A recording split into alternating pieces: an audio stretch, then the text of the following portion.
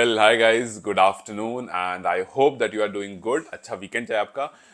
हाल फिलहाल में बीबीसी ने सोमपाल कामी पर एक डॉक्यूमेंट्री बनाई। एक छोटी सी डॉक्यूमेंट्री, थोड़ा सा बताते हुए कि सोमपाल, उनके पेरेंट्स, उनका इंडिया का कनेक्शन। और मुझे जब ये डॉक्यूमेंट्री भेजी गई, जब कोमल ने मुझे डॉक्यूमेंट्री भेजी, देन आई वाज लाइक कि यार I did not know this, मुझे नहीं पता था ये सब कुछ। और ये सब जानने के बाद I am feeling more of a connection. मैंने कुछ टाइम पहले एक वीडियो बनाई थी जहां पर मैंने बताया था कि मैंने एक स्टोरी लगाई थी, सोमपाल ने उस स्टोरी को देखा था। और आप में से बहुत लोगों ने कहा था कि यार सोमपाल जो है इस टीम में सबसे ज्यादा काइंड हार्टेड बंदा अगर कोई है तो वो सोमपाल कामी है। तो अगर कभी भी मौका मिले तो आप उनसे जरूर मिलना। So I am looking forward to it, I am looking forward कि कभी सोमपाल से मिलने का मौका मिले। लेकिन फिलहाल जो सोमपाल के बारे में मुझे पता चला, अब से पहले नहीं पता थी। आपको शायद पता हो, शायद ना पता हो। और अगर नहीं पता होगा देन आई एम श्योर आपको सुन करके अच्छा लगेगा, क्योंकि अब तक हमने सोमपाल कामी के बारे में जो बात की है उसमें हमने बात की है 2014 में वो प्लेयर वर्ल्ड कप में टीम के साथ था, 2024 में टीम के साथ था। He is the only player जिसने 2 वर्ल्ड कप खेले हैं नेपाल के लिए। हमने बात की है वो मॉन्स्टर्स 105 मीटर छक्का जो एंड्रिक नोकिया को मारा था। इनफैक्ट अभी भी जाकर अगर आप चेक करोगे तो T20 वर्ल्ड कप 2024 के लिस्ट में वो तीसरे नंबर पर है। आपको फर्स्ट 107 मीटर पर है रोहन पवेल का, सेकंड 106 मीटर है फिल सॉल्ट का, एंड देन आपको 105 मीटर है सोमपाल कामी का। सो रिकॉर्ड की अगर आप बात करोगे ना तो बहुत सारी जगह पर इनका नाम अभी भी रजिस्टर्ड है।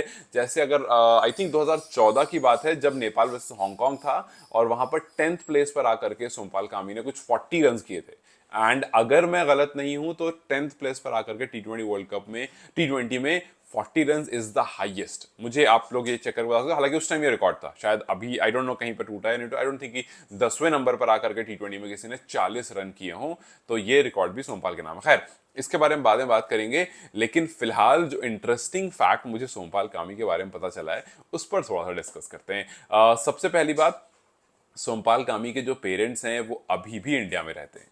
एंड जब मैंने ये सुना आई वाज लाइक व्हाट। फिर पता चला मुझे कि जब उनके फादर 12 साल के थे तो वो इंडिया आ गए थे और पंजाब के पटियाला में रह रहे हैं। वो पंजाब के पटियाला में वो नौकरी करते हैं। कुछ Punjab something Punjab state power corporation में वो जॉब करते हैं और उनकी मम्मी भी वहीं रहती हैं। सोमपाल भी यहीं रहते थे। सोमपाल ने अपनी एजुकेशन यहीं से ली। सोमपाल ने क्रिकेट यहीं खेली, क्रिकेट खेलना यहीं शुरू करा, क्रिकेट का क्रेज यहीं से आया उनके अंदर। और फिर eventually he wanted to represent Nepal. जाहिर सी बात, आप जिस देश के हो, जहां से आप बिलोंग करते हो, जो आपकी मिट्टी, आप चाहते हो कि आप उस देश को रिप्रेजेंट करो। सोमपाल कामी जब 2013 में ही इंसिस्टेड और उनके पापा ने उनको हमेशा सपोर्ट करा। उन्होंने कहा कि मैंने उधार उधार लेकर के 12-14 हज़ार रुपए दे करके सोमपाल को भेज दिया था। अब सोमपाल 2013 में आते हैं, काठमांडू से बुलावा आता है, आते हैं नेपाल, आकर क्रिकेट खेलते हैं। And just look at this कि 2013 में जो बंदा आता है नेपाल, वो 2014 में टीम में आ जाता है। 2014 में वो बंदा वर्ल्ड कप खेल रहा होता है। आई मीन ये सब छोटी छोटी अचीवमेंट्स के बारे में जब मुझे पता चलता है ना, आई एम श्योर कि अगर आप क्रिकेट लवर हो आपको भी जब पता चलेगा, then it feels so good. क्योंकि मैं सुन रहा था उनकी मम्मी को, उन्होंने कहा कि बहुत लोग कह रहे थे कि तुम क्यों इतना मतलब सपने बड़े बड़े देखते हो यार, हम छोटे लोग हैं और हम यहाँ काम कर रहे हैं, तुम कोठियों में काम करती हो, तुम्हें मतलब क्यों इतने बड़े बड़े सपने देखते हो। तो उन्होंने कहा कि भाई मेरा तो सपना था कि मैं कुछ बड़ा करूंगी अपने बच्चे के लिए, अपने सपोर्ट करूंगी अपने बच्चे को। और आज देखो वो टीम को रिप्रेजेंट कर रहा है, वो दुनिया में जाकर के क्रिकेट खेल रहा है। उनके फादर ने कहा कि जब मेरा बेटा अमेरिका गया था और वहां से जब डॉलर में कमा कर लाया तो मैंने सारे उधार चुका दिए। I mean this is so good यार। खैर, जब 2013 में वो आते हैं, फिर 2014 में ऑब्वियसली टीम के साथ आते हैं। फिर वी सॉ के ही प्लेड ब्रिलियंटली। पहली बार आप T20 वर्ल्ड कप में जाते हो, T20 वर्ल्ड कप में कमाल करती है आपकी टीम। फिर उसके बाद इनफैक्ट जब 2018 की टीम बनती है, अच्छा 2018 पे भी आता हूँ, फिर 2014 में जब एशियन गेम्स होता है तो उसमें भी वहाँ वो अच्छी परफॉर्मेंस देते हैं। इनफैक्ट इतनी अच्छी परफॉर्मेंस देते हैं कि जब एशियन गेम्स की उस टूर्नामेंट की 11 बनती है, हर टूर्नामेंट के बाद एक बेस्ट 11 बनती है, तो उस बेस्ट 11 में he was the only Nepali player जिसका नाम वहां पर शामिल था। तो अचीवमेंट बाय अचीवमेंट ये आगे बढ़े हैं।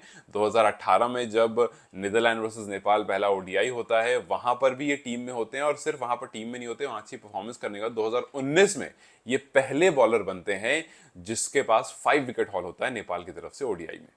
So when you look at all these achievements, and when I got to know कि he belonged to India, obviously मतलब not in that way, but हाँ ही हैज़ लिव्ड हेयर, उनके father यहीं रहते हैं, अभी भी यहीं जॉब करते हैं। हाँ उनके फादर ये ज़रूर चाहते हैं कि जब उनकी जॉब ख़त्म हो जाए तो रेजिग्नेशन, आई मीन इसके जब वो रिटायर हो जाए तो रिटायर होने के बाद वो नेपाल नेपाल में ही जाकर रहें, और वो सबका सपना होता है यार। इनफैक्ट वो लोग जो बिहार से दिल्ली आकर के रहते हैं वो भी यही चाहते हैं कि भाई रिटायरमेंट के बाद वापस से बिहार जाना है, वो अपनी धरती है। तो ऑब्वियसली बात है, जब आप नेपाल से हो आपको जाहिर सी बात आपकी कंट्री से प्यार होगा, and it sounds very good कि आपको इवेंचुअली वहाँ जाना है। बट ये सारे जो कनेक्शंस मैंने देखे, जब मुझे सब कुछ पता चला तो मुझे लगा यार दिस इज अमेजिंग। और फिर मुझे इससे ज्ञानेंद्र मल्ला की एक स्टेटमेंट याद आती है, जब सोमपाल कामी ने 105 मीटर का छक्का मारा था। उन्होंने कहा था कि ये सिर्फ सिक्स नहीं है, ऐसा नहीं है कि आपको लग रहा होगा कि भाई एंड्रिक नोकिया को सिर्फ एक छक्का पड़ गया लंबा, लेकिन वो 105 मीटर सिक्स बहुत कुछ डिफाइन करता है कि जब 2016 में आईसीसी का सस्पेंशन लग गया था टीम नेपाल पर, उसके बाद फाइनेंशियल हालत बहुत खराब हो गई थी टीम की। फाइनेंशियल हालत इतनी ख़राब हो गई थी कि हमारे पास अच्छे बैट प्रोवाइड करने के पैसे नहीं थे। और आज जब सोमपाल ने 105 मीटर छक्का मारा है तो इसने बता दिया है कि हम कितना ऊपर उठकर आ गए, हमारे पास भी अच्छे क्वालिटी बैट्स हैं। वरना पहले हम शॉट मारते थे और बाउंड्री लाइन पर कैच आउट हो जाते थे। तो हमने अपनी क्वालिटीज़ पर क्वेश्चन करना शुरू कर दिया था कि यार हमारे अंदर लगता है वो क्वालिटी नहीं है, हमारे अंदर वो स्ट्रेंथ नहीं है, जो बड़े बड़े प्लेयर खेलते हैं जिस तरह से, हमारे अंदर वो स्ट्रेंथ नहीं है। बट देन इवेंचुअली रियलाइज होता है कि नहीं, स्ट्रेंथ है, हमारे पास अच्छे बैट्स नहीं है। अच्छे बैट्स जब आएंगे तो शॉट लगेगा। अगर आपने आईपीएल देखा होगा, पंजाब किंग्स के आशुतोष से मेरी मुलाकात हुई थी, मैंने उनके बारे में उनकी वीडियो भी डाली थी। तो उनसे बात करते वक्त मैंने उनसे पूछा था कि यार बैट मतलब बैट के बारे में थोड़ा बताओ। तो उन्होंने कहा था कि पहले जिस बैट से मैं खेलता था वो बड़ा नॉर्मल बैट था, लेकिन शिखर धवन ने मुझे एक बैट दिया और जब उस बैट से मैंने खेला तो कह रहे मैं टच कर रहा हूँ और बॉल तेजी से निकल रही है, जब मैं शॉट मार रहा हूँ तो वो फर्स्ट ईयर में जाकर गिर रहा है। तो एक अच्छा बैट होना एक क्रिकेटर को बहुत ज्यादा बूम करता है।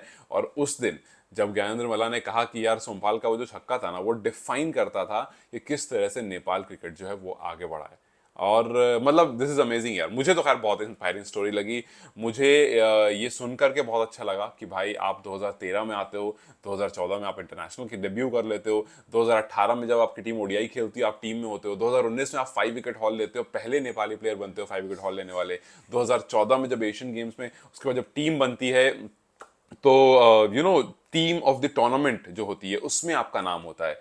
तो ये सब चीजें when you look and when you look यार someone from Nepal is doing all this, तो भाई मुझे पर्सनली मतलब अच्छा लगा। ऑब्वियसली उसमें पंजाब इंडिया का कनेक्शन है, शायद इस वजह से मुझे ज्यादा अच्छा लगा हो, और या फिर क्रिकेट की ग्रोथ देख करके मुझे ज्यादा अच्छा लगा होगा, या ये स्टेटमेंट उनके पापा की कि मेरा बेटा डॉलर में कमा कर लाया और मैंने सारे उधार चुका दिए।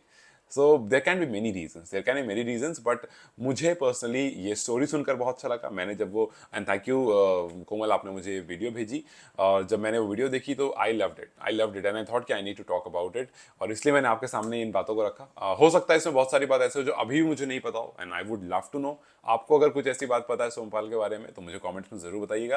आई will read it and then I will search about it, and then हो सकता है उसमें भी कुछ इंटरेस्टिंग निकल जाए and we may talk about it. तो मैंने सोचा कि थोड़े थोड़े आज मैंने इवेंचुअली अभी इनफैक्ट अभी जब आपसे बात करते करते मेरे दिमाग में बात आई कि यार हम ऐसे और प्लेयर्स को एक्सप्लोर कर सकते हैं, मे भी कुछ और अच्छी और इंटरेस्टिंग स्टोरीज निकल कर आए। अगर आपको किसी की अच्छी और इंटरेस्टिंग स्टोरी पता है then do let me know, उसके बारे में थोड़ी डिस्कशन कर सकते हैं। Till then you guys take care, I will take you leave, bye bye and have a good day.